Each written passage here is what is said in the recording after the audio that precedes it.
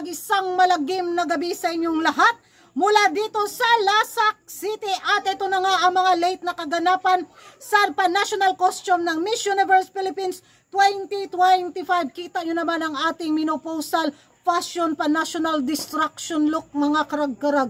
O, diba? Of course, hindi tayo pakakabog sa mga kandidatang nagpaksiklaban, nagpabunggahan. Grabe, di ko kinaya. Di ko kinaya yung mga ano nila, pa-national costume nila sa taon na to. Kudos sa sa mga designer sa pa-national costume ng Miss Universe Philippines 2025.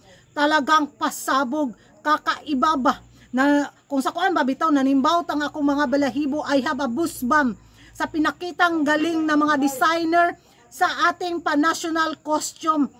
Nakakabilib. Thumbs up, oy. Masabi ko mga karag-karag ba? Bakit sa pa-national pageant sa bitaw sa Pilipinas, di mo kayanin ang pabunggahang pa-national costume? Pero pagdating sa international pageant, ang tipid. Ewan ko kung bakit, siguro nagbabudget sila sa gagastusin pamasahe kung magdala sila ng malakihang pa-national costume. Siguro isa yan sa mga rason. Pero sayang kasi yung talento ng ating mga designer bitaw ng mga Pinoy pagdating sa pa-national costume bitaw kung ganito. Yung pinakita nilang creativity, yung galing, yung mga disenyo, ay grabe, oy. Talagang maano natin ba na ang sarap ilaban sa international pageant. Pero bakit hindi magawa, di ba? Bakit paulit-ulit na lang yung mga pa-national costume na nakikita natin sa mga kandidatang lumalaban sa international pageants, which is sa taon na to nakikita natin ang daming magaganda na walang tapon talaga. Yun yung napapansin ko mga karag-karag at nakita ko. Base sa nakikita ko ha. Pero nawala lang yung kilig ko. Kasi nga late yung pa-live telecast ng Miss Universe organization bitaw sa pa-national costume kahapon pa sana, di ba? So, wala na yung kilig factor bitaw natin na mga chismoso at mga chismosa sa pa-national costume. Ayun na, nawala na.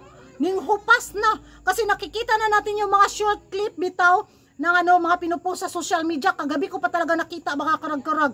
Kahapon pa, tapos kagabi nakita ko na siya ng bangko, yung mga pa-national costume ng mga kandidata, tapos yung mga picture. Sabi ko, ay, bakit hindi ni-live ng Miss Universe Philippines organization kahapon? Andun sana yung excitement bitaw natin, yung bang aabang-abang tayo sa mga kandidatang lalabas bitaw sa stage sa kanilang pabunggahang pa-national costume.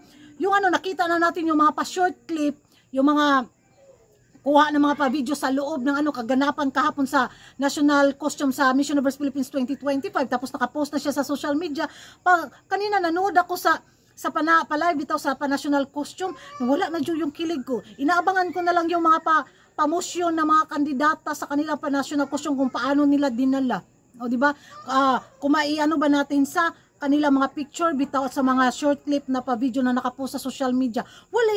Nawala yung kilig ko mga karag-karag. Ewan ko sa inyo kung magkapareho tayo ng nararamdaman. Kasi nga, kung ni-live talaga ng on the spot ng Miss Universe Philippines organization kahapon, siguro grabe yung yung ingay ng mga fans siguro, no? Ewan ko kung magkapareho tayo ng opinion, yung mga feelings natin. Kaso nga, late lang siya, tapos nakikita na natin doon sa social media para masabi natin, ay, ito pala siya sa motion niya pag kumpara sa picture, di ba? Pero wala akong masabing talaga, nakakabilib ang tema sa taon na to. Nakakabilib ang mga designer, nakakabilib yung mga kandidata na alam natin mabibigat yung mga bitbit nila, mga pa-national costume. Kaya hanggang ganun-ganun lang sila sa stage, di ba? Hindi sila makarampa kasi nga ang late din ng stage, di ba? Tapos wala, tipid yung mga galawan. Ewan ko talaga dito sa Miss Universe Philippines organization. Ay, hindi talaga sila natuto. Wala man lang ka-improve sa production. Hambot lang galor. Atin-atin lang yan ha. Baka yung machismisan natin dito ba aabot sa kabilang mga bitaw. Pero sa totoo lang talaga, walang halong kaplastikan. Yun yung nakikita at napapansin ko mga karag-karag. Sayang kasi yung mga kagandahan na mga pinapakita bitaw sa taon na to ng mga kandidata at ng mga designer bitaw na hanggang 1, 2, 3, 4, 5 pak. Ganon. Pero okay, yun lang yung magiging ano ko mga karag-karag. Sabihin naman wala tayong ambag nito. Pero bilang isang ano ba, supporters, bitaw ka na mga sa Mission of Philippines, na sinusuportahan mo yung mga kandidata, yun yung ambag natin, yung mapag-ingay natin yung din yung mga kandidata. Hanggang doon lang tayo. Wala naman tayo mga milyones, wala naman tayo mga pera na ganun kalaki na pwede nating i-vote sa mga kandidata.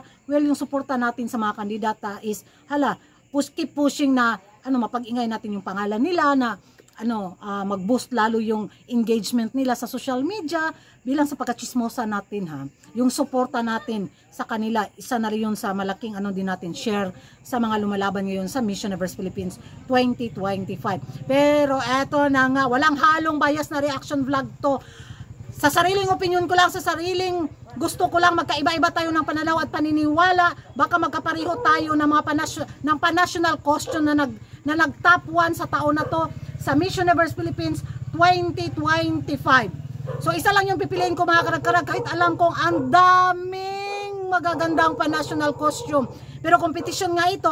So ang nag-top 1 sa akin mga karag-karag, ang pan-national costume ni Caloocan. Period. Yun lang yung magiging reaction ko. Ang ganda, nakakakilabot talaga. Grabe, ang galing ni Patrick. Si Patrick Isuruna ba yung gumawa ng kanyang pan-national costume? Ay, nabusban talaga ako mga karag-karag.